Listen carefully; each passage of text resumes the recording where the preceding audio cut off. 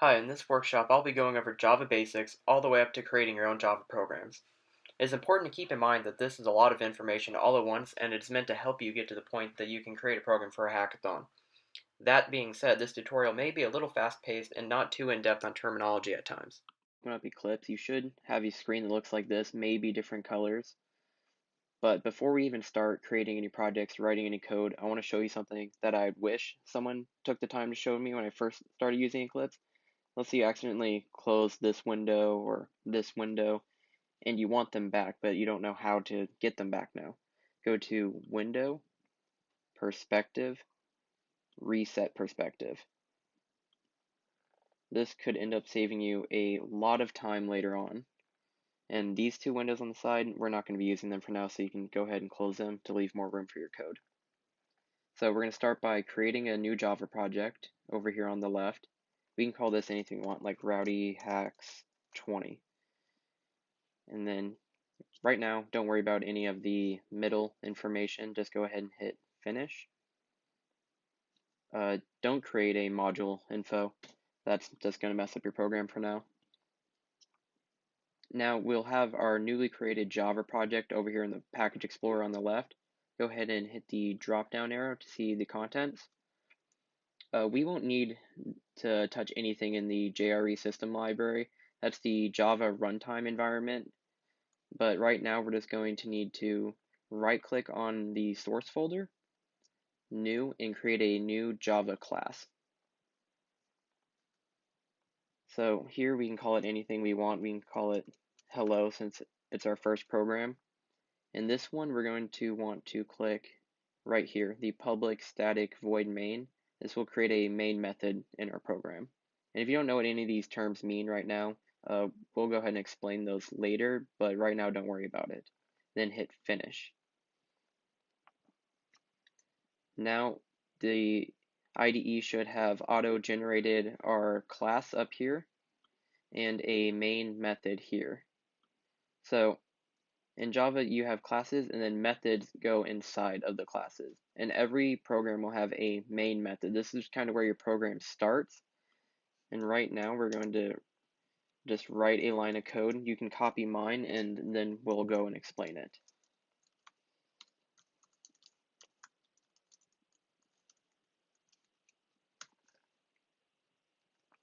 So right now, this is just a print statement that'll print to the console.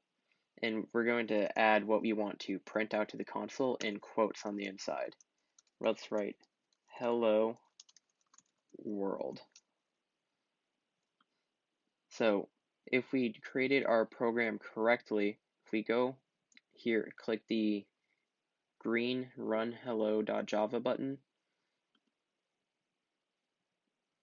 then down at the console right here, it should print out hello world or whatever you typed in these parentheses.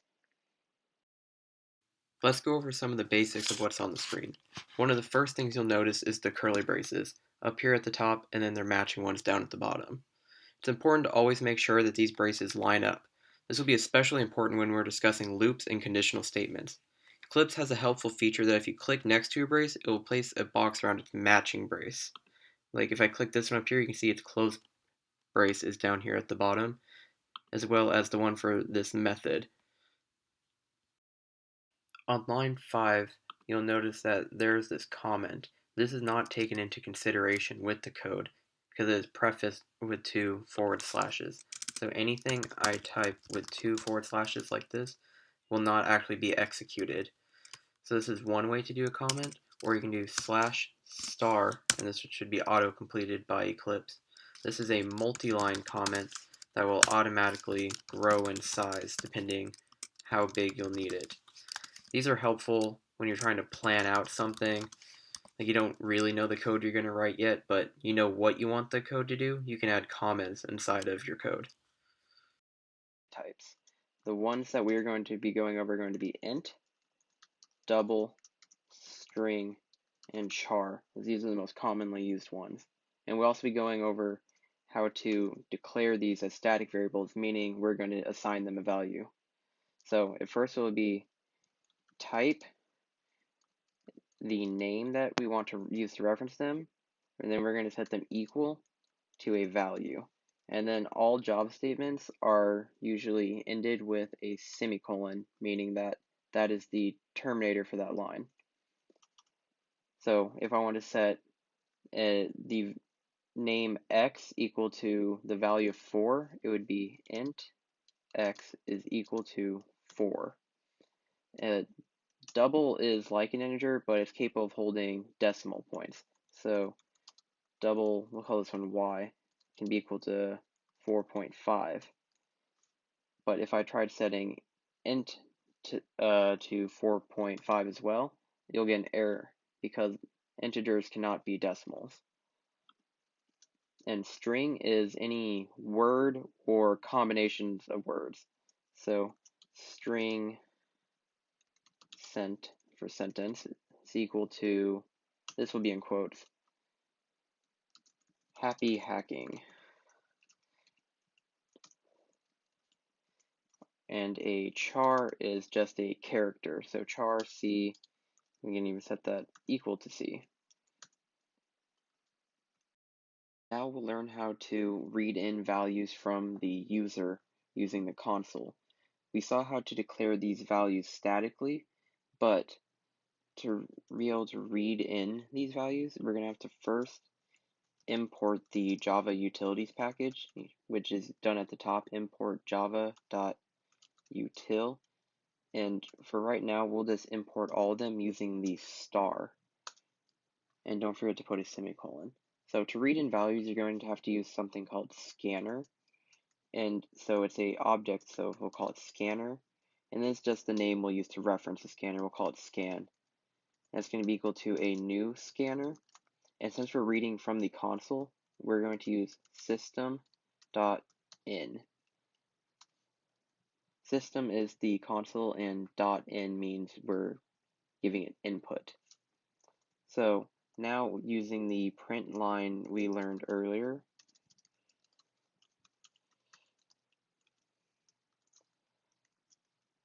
we can ask the user to please enter a value. Well, to be more specific, we could say please enter a whole number value. And since it is going to be a whole number, this would be a integer. So int x is equal to, this is where we use our scanner. We'll call it scan dot, and Eclipse gives us a lot of suggestions. We're going to use next int. This means capture the next integer entered. So scan dot next int, just hit enter on that one. And don't forget to put a semicolon. Now when we run the program, it's going to first print out please enter a whole number value, and then we will enter the value, let's say 5, and x will now be equal to 5. But since we didn't do anything with that value, it skips back down to the hello world line that we had.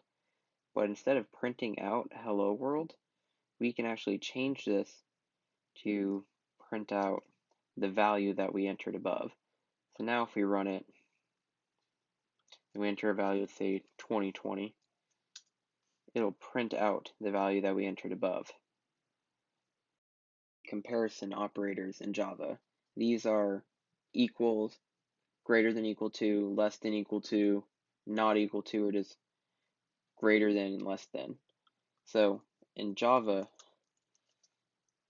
equals is actually going to be two equal signs when you're comparing. And if things are not equals, this would be exclamation point equals, exclamation point meaning not.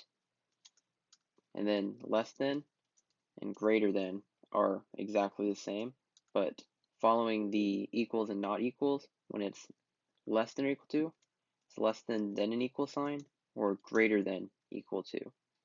Knowing these, you'll be able to write conditional statements such as if.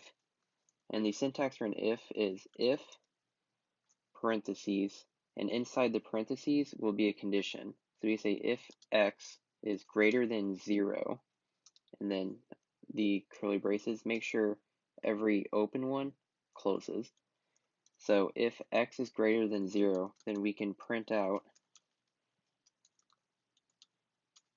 that they have entered a positive number.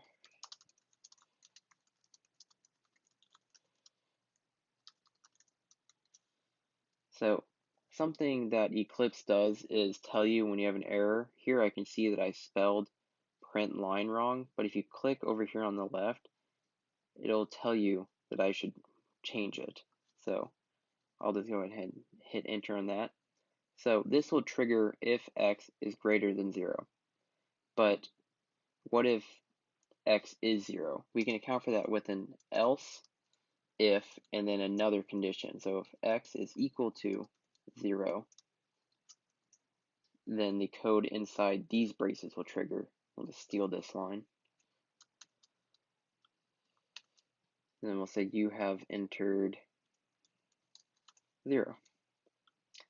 So we've accounted for x being greater than 0 and equal to 0, but what about less than 0? We can say else you have entered a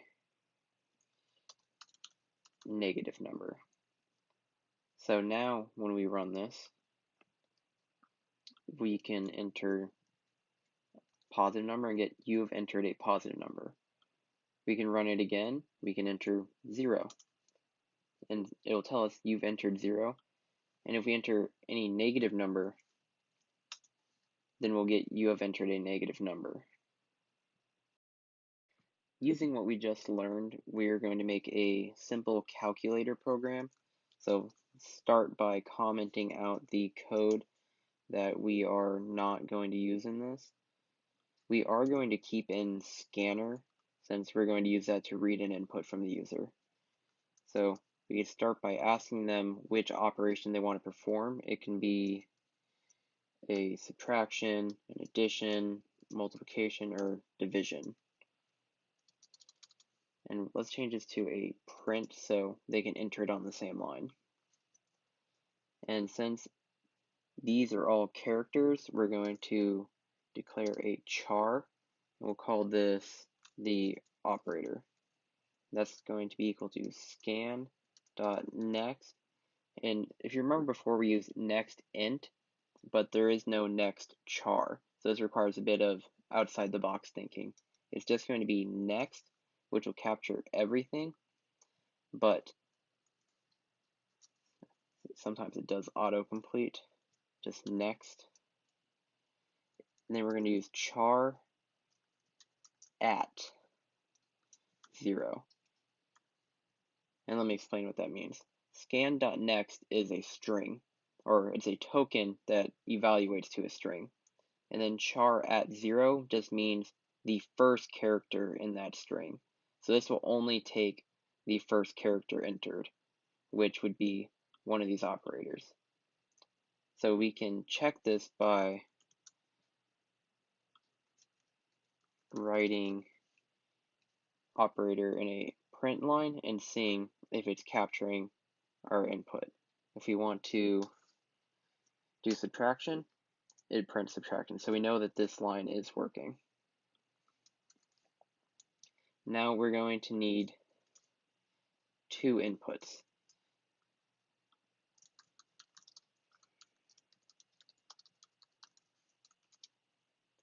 Here they'll enter the first number that they want. This can either be an integer or a double, but it's safe to make it a double in case there is a decimal point after any operations. So we'll do double, let's call this first because it's the first number entered. So next double. And just to save time, we can copy these 2 lines and just change these to second. So now we have it, when you start the program, it allows them to enter an operator, which operation they want to perform, and then the first number and the second number. Now, based off what they entered here, we will then perform that operation down here, and we're going to be using the if statements we learned previously. So if the operator is equal to subtraction. See, here we're going to get an error because we are just writing subtraction, but to be able to make it a char, we have to put it in apostrophes. So now if the operator is equal to the minus sign, then we're going to have to subtract the second number from the first number. So we should, at the top, declare something called answer that we can use to store the answer to. So we'll do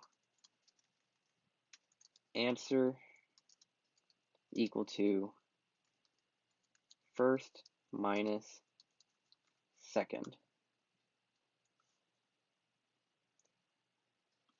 And we're going to want to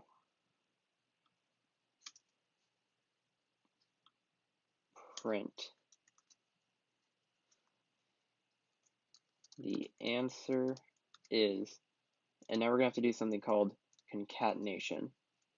So to be able to print out the answer, we're going to have to say plus outside of the quotes but inside the parentheses and the answer variable.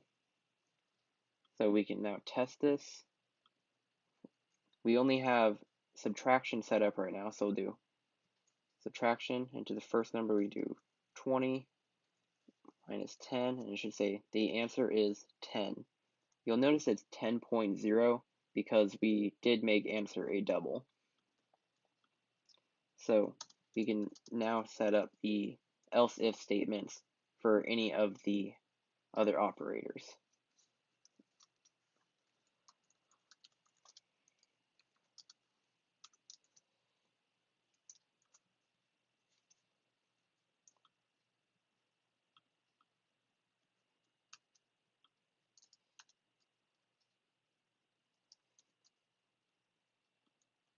We'll now do multiplication and division.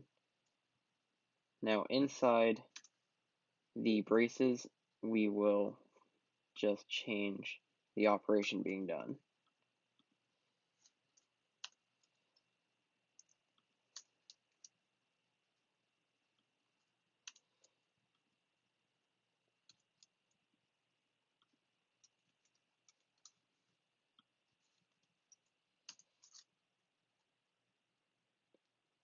So now that we have all of our statements set up, it should work for any of the above. We can now reverse this by doing, we can do multiplication. Let's do 5 times 4, and you'll see the answer is 20. But we can only run this program and do one calculation. So if you want to perform multiple calculations, we can say while, and then we can just say true and put that over the whole program. So since true is always going to evaluate to true, this program will just keep running until we stop it externally. So we could say plus 1 plus 1, 2. Here it might benefit us to say, well, we could just start another print line, because here you'll see these printed on the same line. So by adding a print here, we'll start over again here.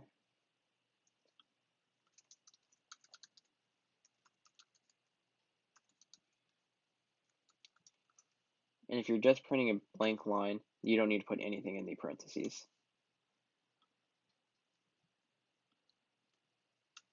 Minus 1, 1, 0. And now it'll ask us to, again, start a new operation. We can add plus. And now this will go on indefinitely until we stop the program.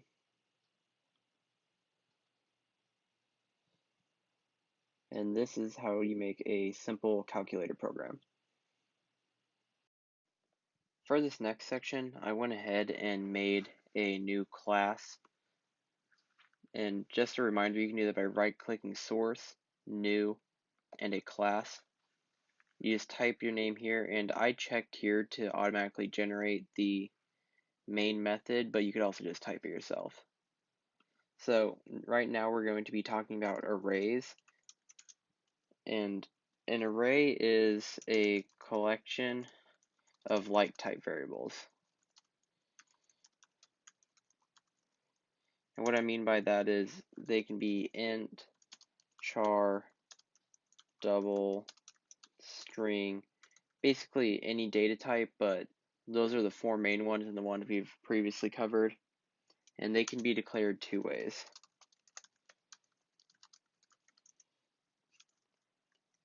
So we could say the type and then the name followed by square brackets.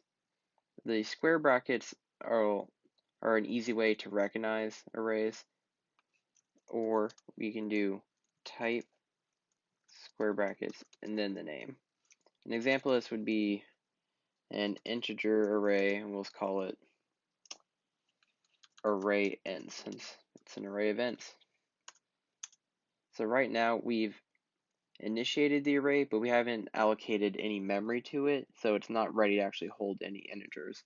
To this, we would write array int is equal to a new integer array, and we'll give it a size of 3 for now. Now I'll just enter some integer values.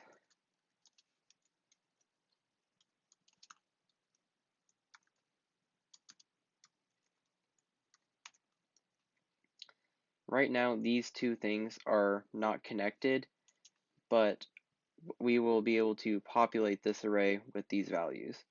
So arrays start at index 0 and not 1. So this array is actually 0, 1, 2, and not 1, 2, 3.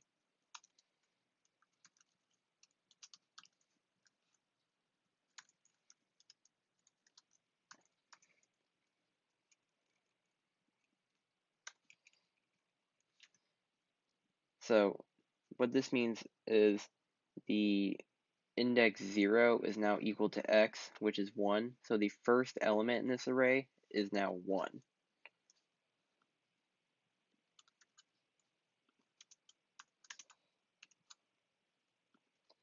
The second element and the third element we can also change. So now this array should look something like this. It'll be 1, 2, 3. With this being element 0, 1, and 2. And if I try doing something like array int 3, let's set this equal to x, but it won't work. We'll get, if we run this, we should get an array index out of bounds because we didn't allocate enough memory for 4 spots in this array, only 3.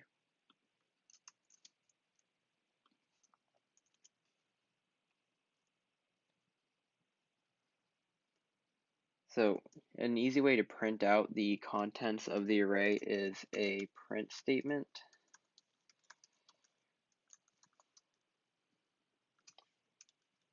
And we'll be using something in the Java utility package.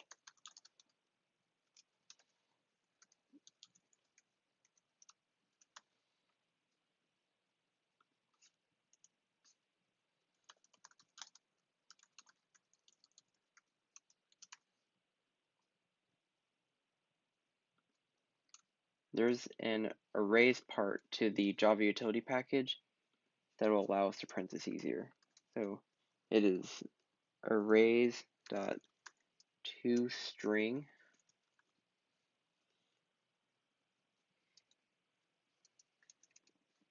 There's that autocomplete and the name of the array. So if we run the program, we'll see the contents of the array is 1, 2, 3. And this is actually element 0, 1, and 2. An easier way to write these statements would be int, let's call this one r, equal to new int.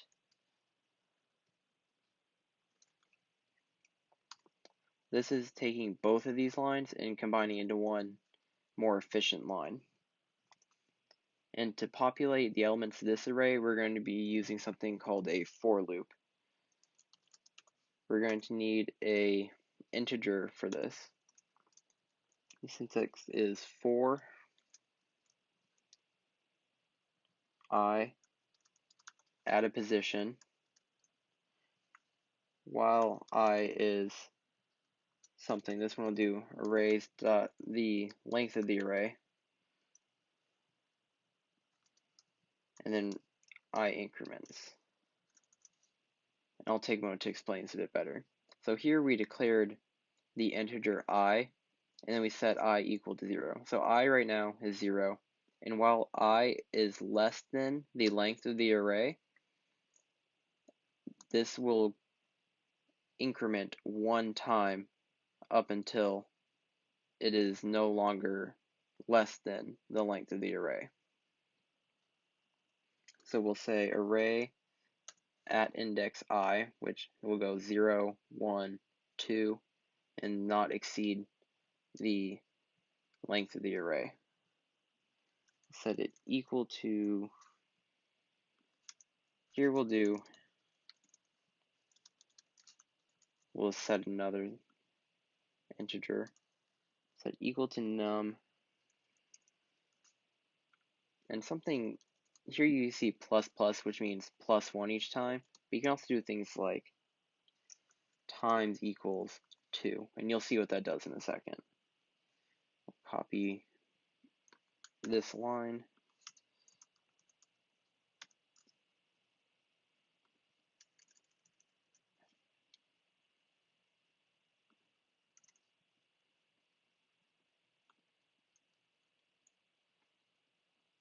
so I starts at 0 here, so array the at index 0, which is the first element, is equal to num, which we set to 5 here. But times equals 2 just means it's now equal to times 2 its value. So 5 times 2 is 10, and in the next step, when I is equal to 1, which is the second element, it's now 10. And that just repeats 10 times 2, 20, and now the I is equal to 2, which is the third element down here, and it's now 20. So that's using a for loop to populate this array. For this next part, I commented out all of our old code that we just previously wrote, so we can write a new program in here where we will take a string input from the user and create an array of all the characters of that string. So first we're going to need to make a scanner object to read the user's input. It's going to be done by scanner scan is equal to new scanner system.in. So really you can change here where it says scan to anything. I just call it scan because it's easier to remember.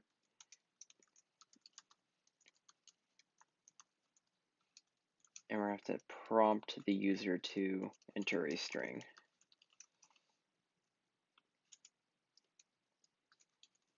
And we'll need a variable for what they enter.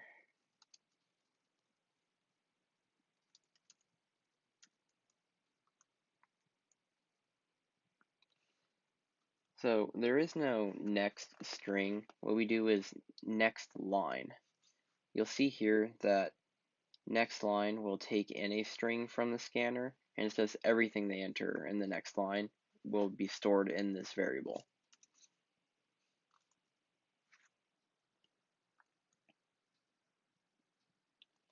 So if they do enter something like hello world, we're not going to want to store this space in our array. So we're going to replace all of these spaces with nothing to delete that space. To do that, it's string equal to string dot replace, and we're looking for replace all, so it replaces every instance. We're going to replace a space with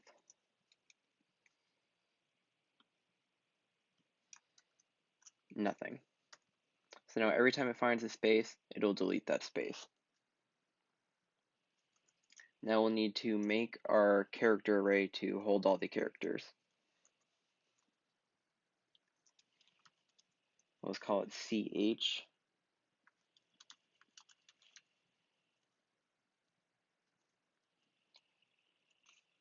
Now you might realize we don't know how big to make this array because we have to allocate memory, but what we can do is just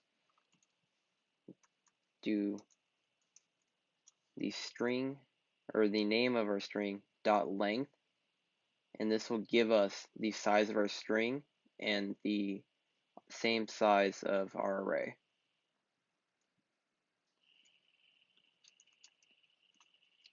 Now to store the characters of this string into an array, we're going to have to make a for loop that will loop through the length of the string.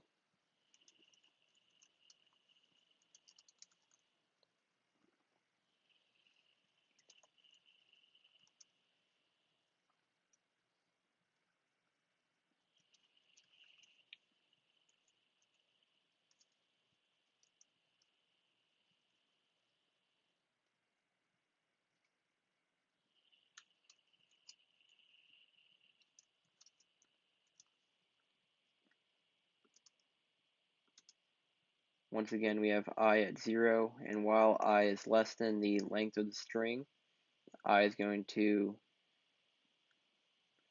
well, first the code is going to execute in here, then I is going to increment by 1, and then keep repeating that process until this condition is no longer valid.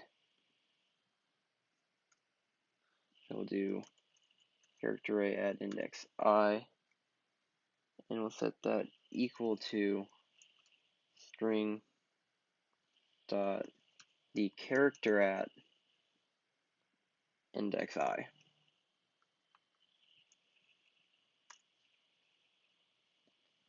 So the character array index I is equal to the character at index I of the string.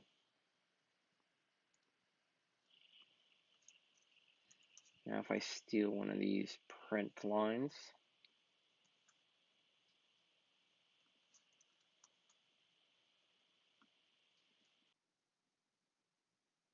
now if we run this program, we can enter a string like RowdyHacks is the best ever, really. Then you'll get a array of all of the characters I entered minus the spaces. You could take this step further. You can see there's some messed up capitalization here. I mean, that's probably correct there, but you could just do string is equal to string dot two. We could either do 2 uppercase or 2 lowercase. Let's do 2 uppercase. So if we run it again, type this like the SpongeBob meme, all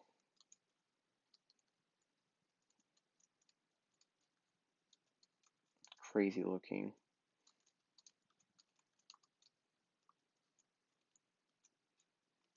It's going to be all uppercase now. And there's a lot of stuff you can do with the arrays class. You can do arrays dot sort is one of them. Gotta love that autocomplete. That kind of works.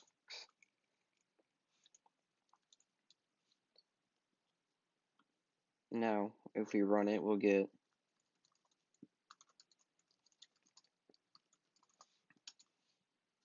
the alphabetical order of all the characters in the strings I entered.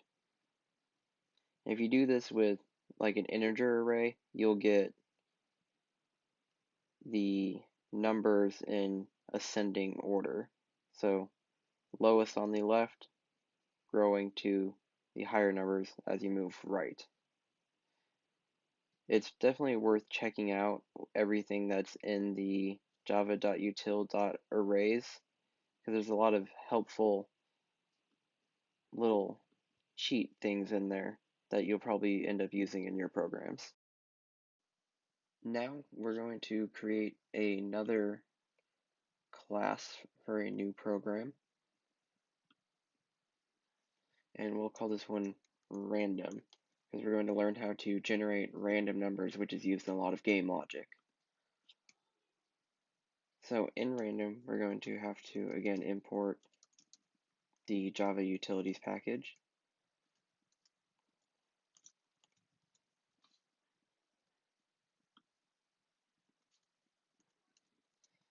And for this, we can just ask the user for a max and a min value to start. So we're going to need scanner again.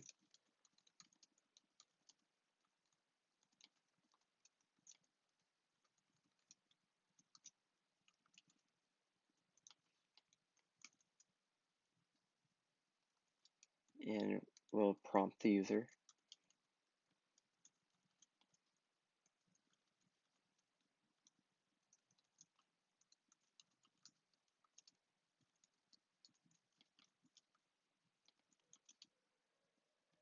And we'll copy that line for the minimum value as well.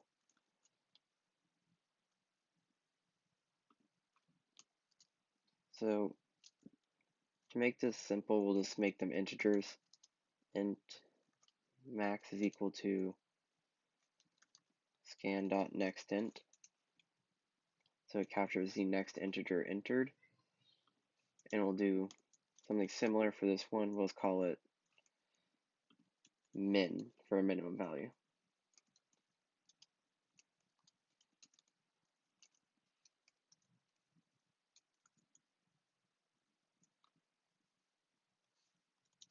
So now we have a maximum value entered by the user and a minimum value entered by the user. Now the formula for generating a random number is going to look like int the name of the variable. And since when you use double, or when you use random, it comes out as a double, you have to do something called casting. So we write int in parentheses before it, and that will force that number to be an integer. And then this is part of the math package in the java.utilities package. So it's math.random, and then asterisk max minus min plus 1 plus min. And this line will give you a random value in the range of the min and max. We can actually copy this line to save us some typing.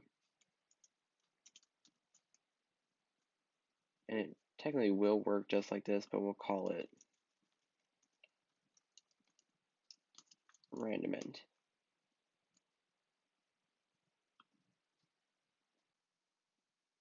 Now we can print out our random value here.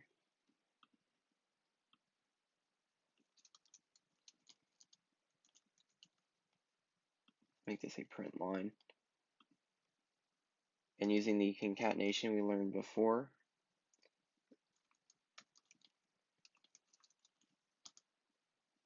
and we can now run our program.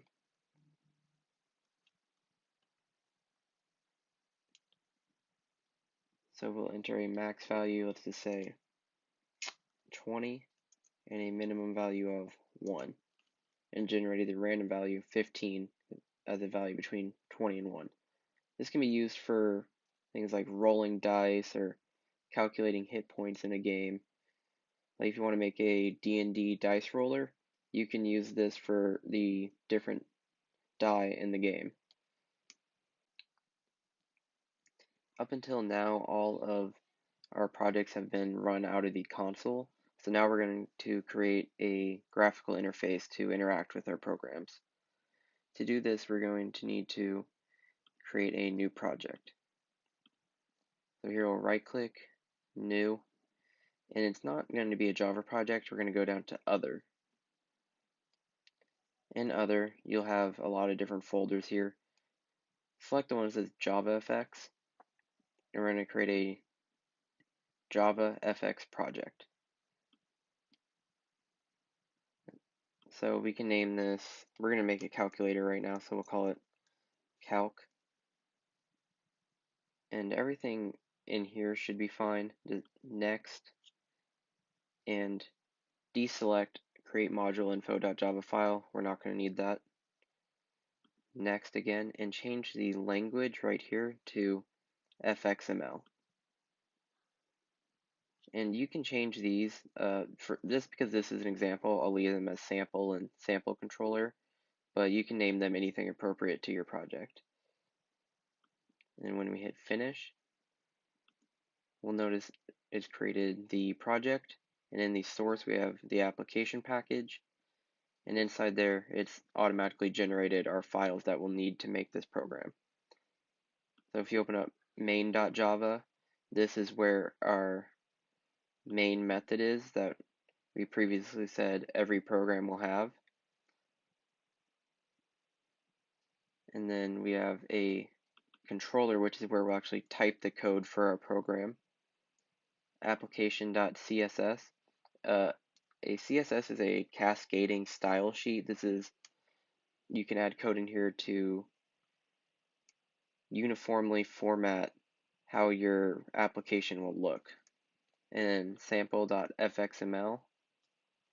You can't open this in here right now, but we will. ML is a markup language. It's kind of like HTML. There will be code that goes in here that tells the program how to look and the objects that you're going to be interacting with. And this is what Scene Builder will interface with to make our program. So we're actually going to right click here and open it with Scene Builder. When you open Scene Builder, you should get something that looks like this. We're going to start with, on the left, you'll see containers. We're going to drag an anchor plane over, or anchor pane. This will give us something to start working off of. This looks a little small. Right, so we're going to make this 400 by 400.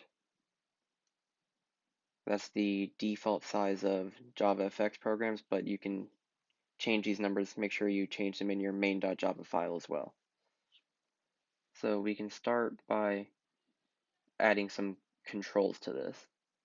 Controls are just elements that will appear on our program. We are going to look for a text field. We're going to need 1, 2, 3, 4 text fields. One for them to enter the operation into, first number, second number, and the outputted answer. And we're also going to need a button that they can click to calculate the total. So we kind of have a layout here, but there's not a lot of information on here. And to add information, you can actually use the search right here. It's a label. And you can play around with these to see what a lot of different ones do. Here we'll just call it, so properties is how the things on here look. Here we can change the text of the label to, not to be generic, but it is a calculator. And there, you can add prompt text in here. So it'll be kind of gray, and when they click in here to start typing, it'll disappear, but we can say operator first value, second value, and we don't really need to enter anything here for answer. So if you notice in the properties, there's a lot of different things you can do. You can have the prompt text like we just used. You can actually put text in there. You can change the font of it, how it's all aligned, add effects. And if you want to change how it looks, you could start messing around with the CSS. Layout is its location in the program. For the most part, we're not going to really be touching this too much unless you want to start adding constraints. And the code is what we'll use to actually interact with this in our Java program. So we're going to have to give this an fxid so we can reference it back in our program. We'll just call this operator. And again, we're going to have to give this one an fxid. We'll call it first, second, and we'll call this one answer. So now these all have IDs that we can reference back to in our Java code. And button is a little bit different. It's going to have an fxid too. We can call it calculate. But it's also going to have an on action because an action is going to be performed when you press it. We'll call that handle. Now we're ready to go back to our Java program in Eclipse. Okay, now we're back in our Eclipse IDE. Off camera you didn't see it, but I changed what the button says. That's just done in the properties. At the top where it says button, I just changed it to say calculate, but that won't affect how our program runs. So we won't need to change anything in main.java. All of our code is going to go into samplecontroller.java.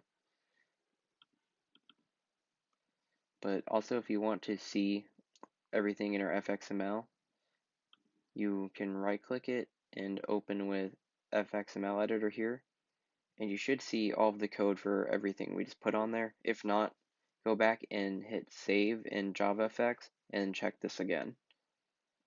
But right now we'll go back to our controller, and because we have a button, we're going to need an action event, and we can do that by getting public class, which is already here, and we'll write implements. It's an event handler, and then in the angular braces we'll write action event. Now we're going to get an error for this. For now, don't worry about this error, it's just because we don't have all of the code in here yet. But we can click it and see that we don't have really anything for it. So we'll write the method for the button. That's going to be public void. If you remember, we called it handle. And inside the parentheses, we're going to write action event and our braces. Now, there's still a bit more code that needs to be put in. Here we're going to need to import action event. You'll notice there's two imports. We're writing a JavaFX program, so we're going to import the JavaFX one. And now we're also going to need to import event handler. And once again, you'll notice there's two. Import the JavaFX. And that should solve our errors. Now we're going to have to link the text field and the button that we put in our program to our actual program here. We do that by writing an fxml tag, which is at fxml. And this is another thing we're going to have to import the ability to do. but there's only one import, so just hit enter on this one. And you'll notice they're all automatically importing at the top. This is private,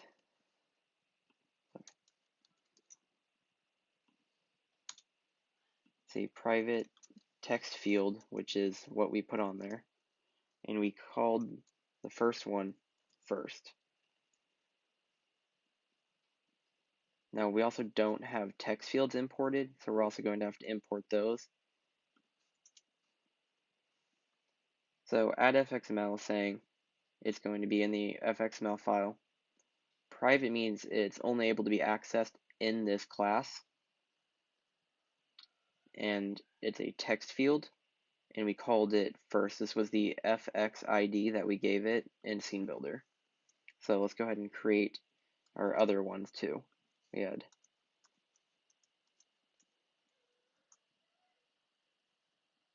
one called second, and another one for the answer.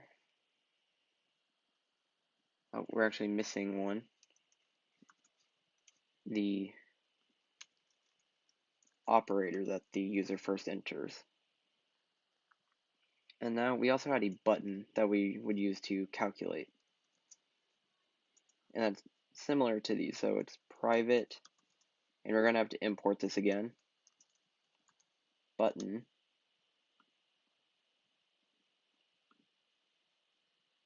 We have to call it first. We called it calculate. Now we can import our button. Now all these are linked to the elements on our application. So above here, there's one more tag we're going to have to add, and that is an override tag.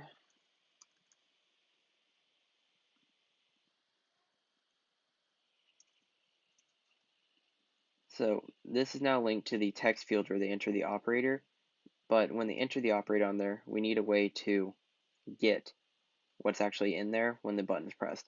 So to do that, we're going to have to create first a variable for it, and we know it will have to be a character, and we'll just call it char op. And to get it, we'll actually do op is equal to that text field operator. And now we're getting text from it, so dot get text. But just dot get text won't work. We're also having to do char at again, like we previously explained. And now this will get the character that is entered in the operator text field. Now we're also going to need to read in the numbers they enter for first and second. But you can't read in numbers from a text field, only strings. So first we're going to have to do string, call it 1, 2.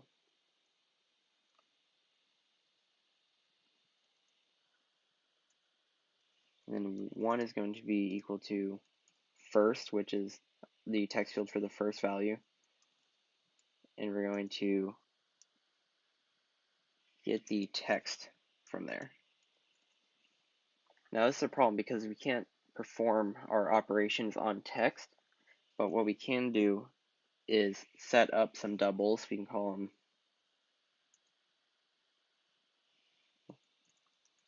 let's call them X, Y, and Z because I'm running out of names.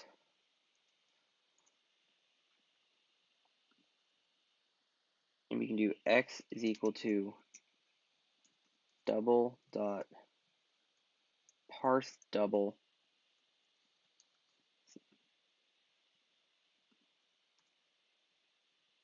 So this means double X is equal to this string, but it's taking that string and converting it into a double. So X is now equal to whatever number you entered in text field first. And we're going to do the same thing for the second text field.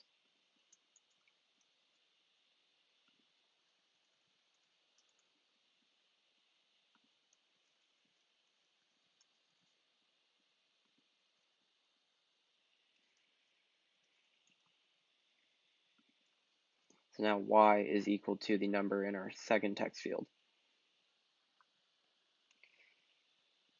Now we already previously wrote some simple calculator, and we can take code from that. I believe that was in hello.java. So we can copy this bit of code here, save us some time. But we're going to have to rename a lot of this. Operator, we called it just op, so we can shorten all of those.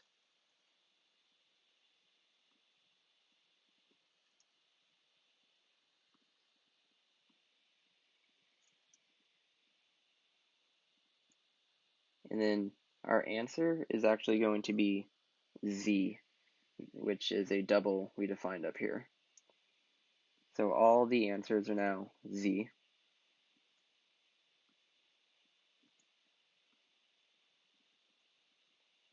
First is x, which we made here.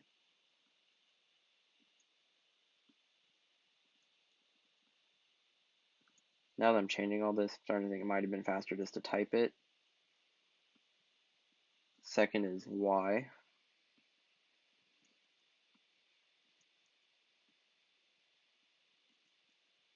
And I missed this operator. Just shorten that back to op.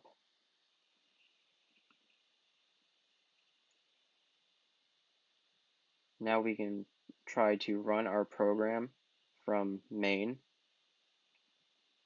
If we run it,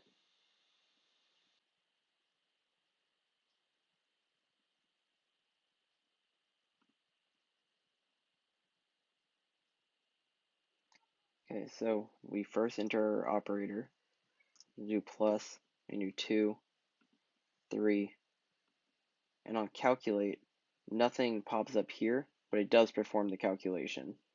So we'll close this, open up Eclipse again, and in our sample controller, we have to set the text of the text field answer.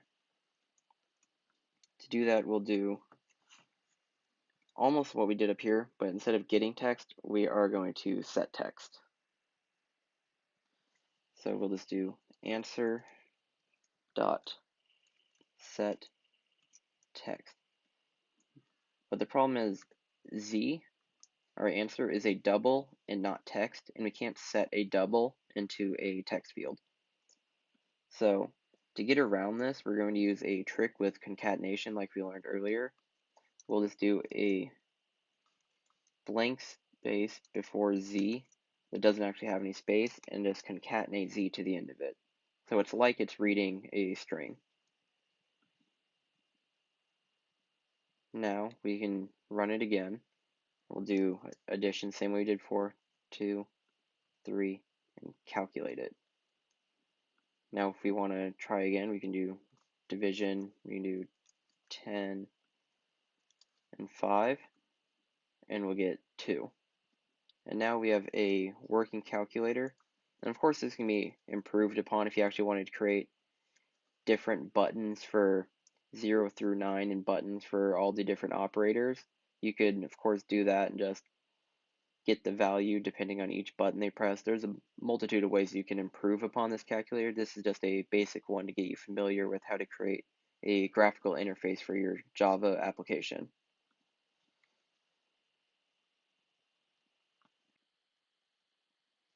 If you have any questions about any of this, feel free to reach out to me on the RowdyHacks Discord. My name's Gage. You'll see me in the Rowdy crew. And I will also be posting all of this code on GitHub so you can download it and check it out yourself.